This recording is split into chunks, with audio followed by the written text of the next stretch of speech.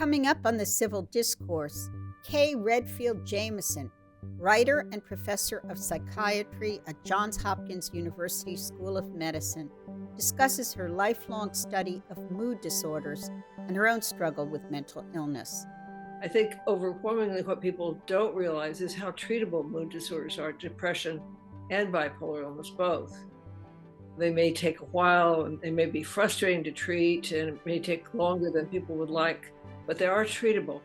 And it's very important for people to know that. And suicide is so disproportionately associated with depression and bipolar illness that it's important to extend hope.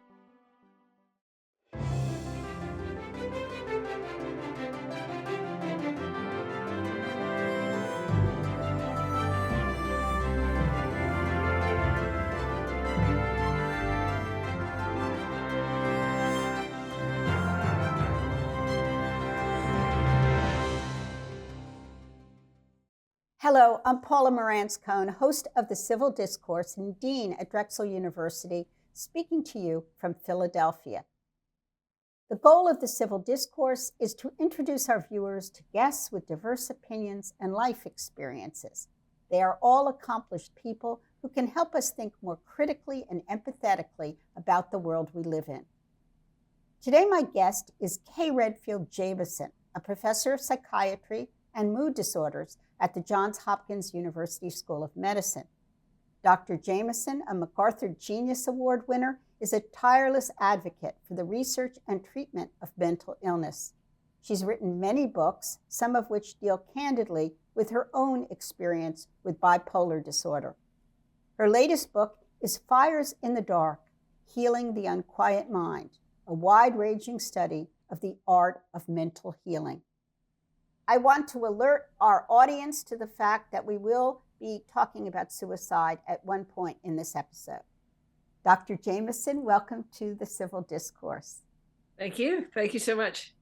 So your first book, An Unquiet Mind, to which your latest book makes a reference in its title, spoke in eloquent detail about your experience, your struggle, your coming to terms with bipolar disorder, which you prefer to call manic depression, which is the older term. And I wanted to ask you why you prefer manic depression to the more recent bipolar. I prefer it. I should say I use bipolar disorder or bipolar illness because it is the standard in the field and it would be confusing not to use it. So that particular train's left the station. But I think that it's important to realize that bipolar illness is a fluctuating illness. And when you say bipolar, it implies there's mania tidally over on one pole and depression over on the other, that they're somehow separated. And what we know is that they fluctuate and mix and merge a lot. Also, we know that people who have recurrent depression are much more likely people who have bipolar illness in terms of their family history, in terms of the course of their illness, in terms of their treatment. So it's the Europeans always use manic depressive illness to include recurrent depression as well. And I think in a way, bipolar kind of trivializes it, makes it seem a little bit less bad than it is. But, I think people obviously should call themselves whatever they want to call themselves. And the clinical term now is bipolar disorder.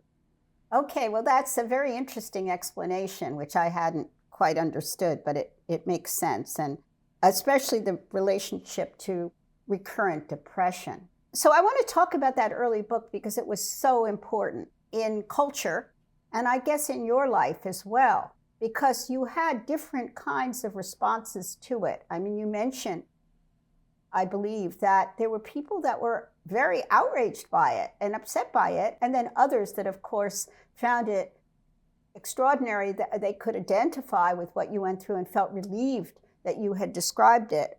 Can you explain those two different responses? Do you think our culture or our society has moved to a point now where you would not get the first response now? I honestly don't know. I would say certainly the culture has moved in terms of, I think, of being more understanding and also better informed and educated. I got a lot of people who were just vitriolic on the subject of mental illness in general. And because I was in the public eye at that time, I got it. I think a lot of people have gotten it.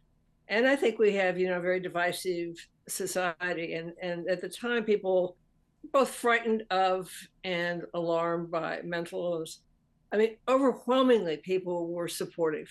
Yeah. My colleagues were supportive, and the people who read the book, I felt enormous kindness and gentleness and support.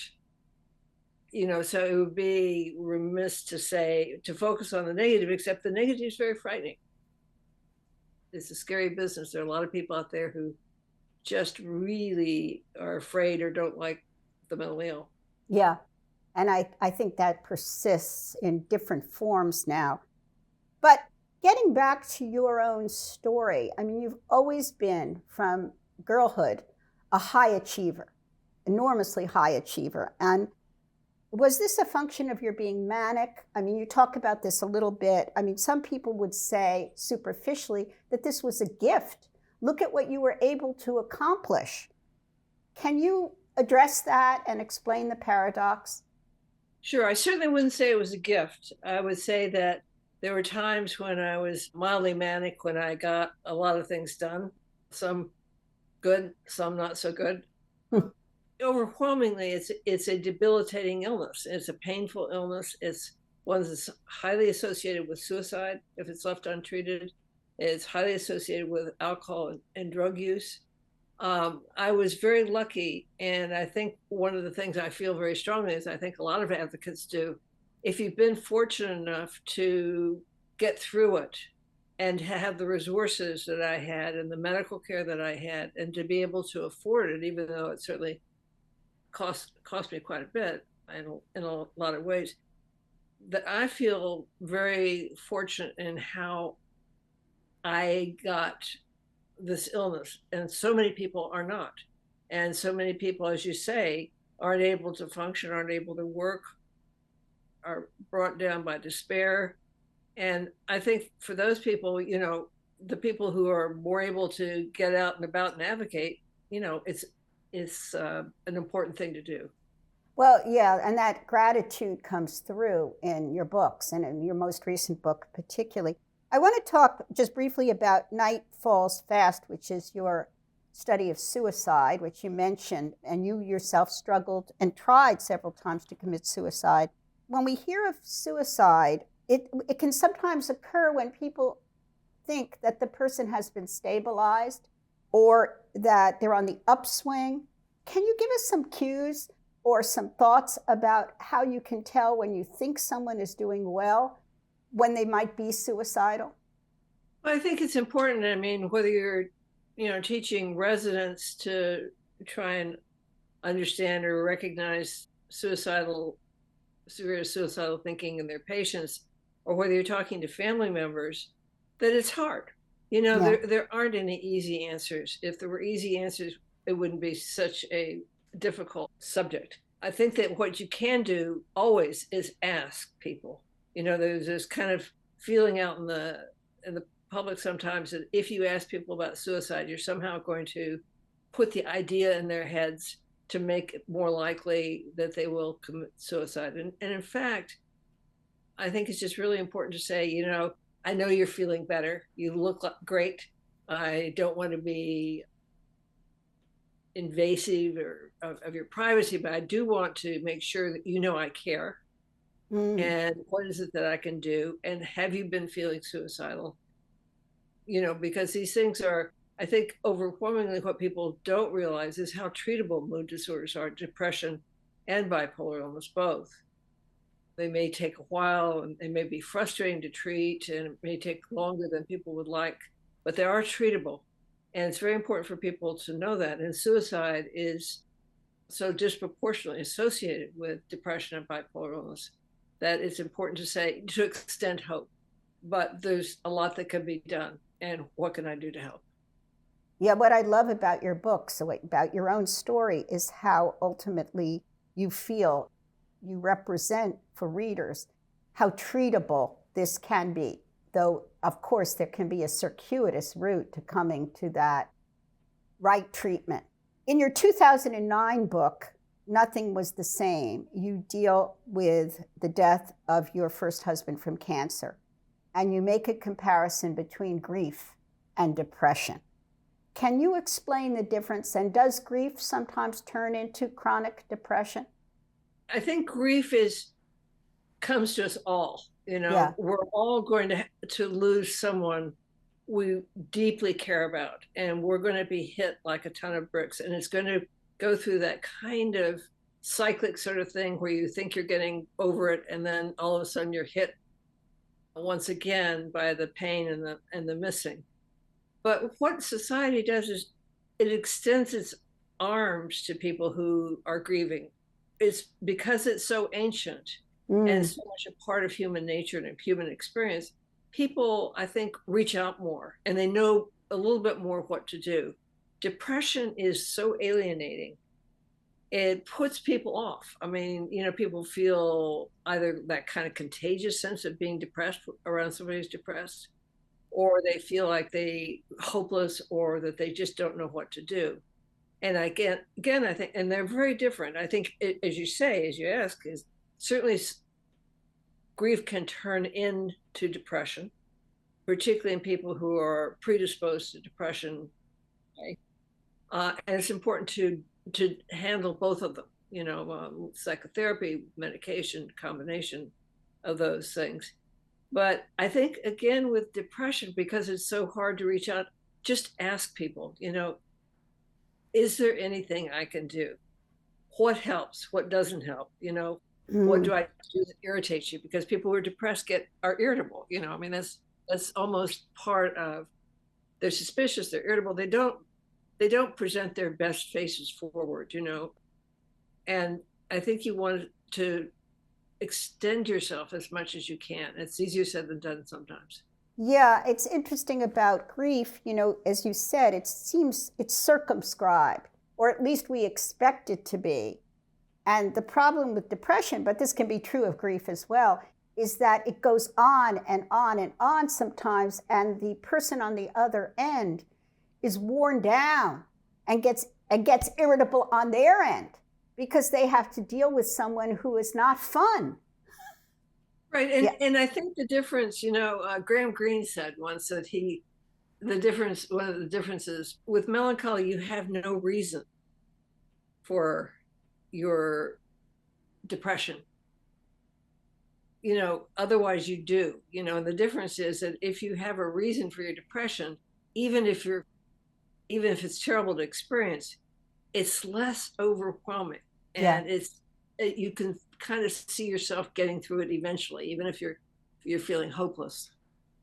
Yeah. You wrote a book on Robert Lowell, the great New England poet. It's called Robert Lowell, Setting the River on Fire, A Study of Genius, Mania, and Character. I was very taken with this book. I happen to have read Life Studies when I was in high school during a summer, and I found his poems extraordinarily moving. And they are about some of them, Lowell's treatment for manic depression, which he suffered as you did. And I wonder if you could talk a little bit about that and whether you identify with him in that sense. Well, I wish I could say I identify with him. I think that Lowell was an undisputed genius in his intellect in general, and obviously with his poetry, and hugely original. What I could say about Lowell is I identified with him in the sense that when I was in high school as well, my high school English teacher, I had my first breakdown when I was about 17, and he gave me a couple of volumes, including Life Studies, to read. And he said, I think you might find Robert Lowell interesting. And he never said, are you depressed or anything like that. He just said, I think you might find these poems interesting. And I have owed a huge debt to Robert Lowell ever since. He went into my soul in a way in which it's just hard to imagine. It's partly the age, I suppose, but mainly the poetry. And I've never gotten those poems out of my soul and heart. And I was privileged to be able to look at his medical records and psychiatric records. His daughter was kind enough to give me permission to do that and to spend several years in his company. And I've tried to understand him. I've taught him with residents and medical students and graduate students. I've used his work because I think he can describe mania, can describe suicide, depression in a way which someone who hasn't that extraordinary gift with words. I love that idea that you teach Lowell's poetry to residents. I do, and actually we've had a couple of concerts and readings around Lowell. He's just a remarkable man, and I admired his courage. Very controversial in a lot of ways. He acted abominably when he was manic. No question. He could be very nasty, yes, to the people he loved. And people who get manic are very often very, sharp with their words and behavior. But he always tried to restore his relationships, and he had very close friendships.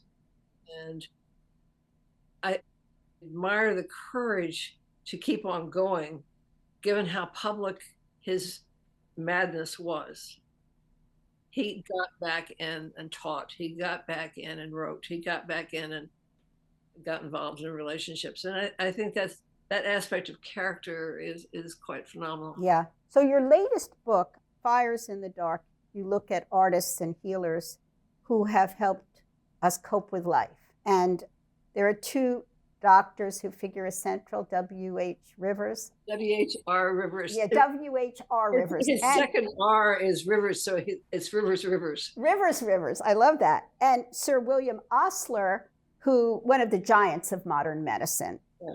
I wonder if you could talk to us a bit about your reverence for medicine. Tell me about your sense of what are the gifts that medicine has given us, and particularly in terms of psychiatry, and what are the deficits or the downside? One of the things I tried to emphasize in Fires in the Dark is the ancient origins of psychiatry and psychotherapy in particular that came about from the priests. And that again, that its human nature goes back long, long before we had treatments, long before we had any understanding of the brain or really of behavior. And I think that is the aspect of medicine that in many respects stays. I mean, there's a sense of hope giving, of consolation, of accompaniment, that if you're a psychotherapist and you are on a journey with someone who is very ill, it is that accompaniment plus competence. Yeah. And I think that's the best side of psychology and psychiatry, is that people can extend that kind of confessional relationship that went with priesthood, that kind of healing, laying on of hands that went with priesthood, with modern medicine and science. And we know a lot. I mean, with mood disorders, we know an incredible amount scientifically. There's a kind of misconception that these are kind of airy-fairy diseases and are just subjective and so forth. But we know a tremendous amount about that. And I think that a good doctor is as good as it gets. Do you think, Dr. Jamison, that we are losing some of that priestliness, that art that you refer to, that ability to be with the patient in the way in which modern medicine is structured? No question about it. And so I was getting down to the downside. The downside, I know very few doctors and clinicians who aren't extremely discontent with the way they're being asked to practice what they've been taught to do. And so I work in a hospital. It's a wonderful hospital, Johns Hopkins. But, it's gotten like all hospitals to just be, very focused on the number of people that you see. In many ways, I think Hopkins is able to hold on to some of the old aspects of caring and so forth. But there are very few doctors who aren't massively discontent and that aren't being kind of just homogenized out into providers, into all kind of care and everything's kind of mushed in there. And so that notion of being a priest doctor has just disintegrated. In psychiatry and psychology, social work, I mean, one of the things that you find is that there's so few people to practice, so it's one thing you can say to somebody you're talking with, well, get help, Yeah. or get treatment. And then there's a waiting list of 6 or 7 months, or more likely someone can't begin to afford the fees, or people won't take private insurance because they don't have to, because there's such a shortage. Right. It's a utterly broken healthcare system. And let me add the problem with psychiatry, you have the psychiatrist giving the medication and the clinical psychologist or social worker doing the talking cure. And that to me is really dysfunctional. Do you agree with that? I certainly agree that it can be dysfunctional. It can work very well. I think what the problem is that what I see is a lot of residents who would like to do a lot of psychotherapy because they went into psychiatry because they wanted to treat patients. They didn't want people. They didn't want just to prescribe pills. Is that they're being forced again to turn over that to other people. And so that incredibly, when it's done well, psychotherapy is such an extraordinary sort of thing. And when it's done badly or not at all, it's useless. And so I think what's happened is that people are being asked to do things that they really don't want to do. And mainly, to me, it's ultimately a political issue of what kind of healthcare system does the United States of America want? Do we want people who can't begin to get psychiatric care because they can't afford it or because it's not available? It will hurt the society, and we need to change that. I so agree with you. And everyone. And it's brutal. I mean, if you're a civilized country, you ought to be able to. That is the problem with psychiatric care, because when you say there are methods of help, how to get at it, how to get through this morass, to find the right doctor, to get, seen, and then to afford it is so difficult. We're almost out of time, but I want to talk about writing as therapy. I'm a compulsive writer and have been all my life. And I look at what you have done and the amount of writing that you've done. And I wonder, and you may have said this somewhere in your writing, that writing for you has a therapeutic element to it. Tell us about that and what you feel as you write, because you've written on many subjects. They all deal in some ways with the mind. What does writing do for you? And are you always writing something? With Unquiet Mind, it wasn't it wasn't therapeutic to write it. It was therapeutic to make the decision to write it, because it was so hard to think about losing privacy and risking jobs and all that kind of thing, and risking what other people would think. And I don't know how I would use the word therapeutic so much as I love to write. And I think I have a pretty scrambled brain that's kind of constantly off chasing rabbits across many fields. And writing forces you to rein that in and try and make some sense out of it. And I enjoy it. I enjoy it very much. So it's not a painful process for you? No, it's certainly not a painful process. And plus, I love the research side of it. I wrote a book about exuberance, and every day I'd wake up and be in the presence of somebody who bubbled over with life and loved life and so forth, or had some strange way of looking at the world. That book, which deals with the idea that some people have that quality of exuberance, almost like a mild manic quality. Do you feel that there will be a time when we will have a safe drug that we can take so we can all be exuberant? I think something shy of that. I think it's kind of a horrifying thought, because the idea of a world full of exuberant people is so chaotic, and so we only want a certain number of them, right? Well, exactly. And then one of the things I tried to point out in that particular book was that all the studies of animals and human beings show that maybe 20% of animals, or a particular species, including humans, is very exuberant, risk-taking, all over the place. And another 20% is shy and conservative and staying within the home territory. And the rest are kind of scattered throughout. And that makes perfect sense. You don't want everybody being unable to risk things, and you don't want everybody risking everything. You want some distribution. And I would say that that's the sign of a good marriage, is when you have one of each type complementing each other. Yes, probably so. Yeah. But anyway, I think we are out of time. I have a few more questions I could ask you. You are certainly as eloquent in person as you are in your writing. I really recommend to our viewers that they check out your books, going back to your first book, which is so personal, and Unquiet Mind, which began this trajectory. So I want to thank you so much. Great fan of Drexel, so thank you. Well, thank you for joining us, and I want to thank our audience for joining us today on the Civil Discourse.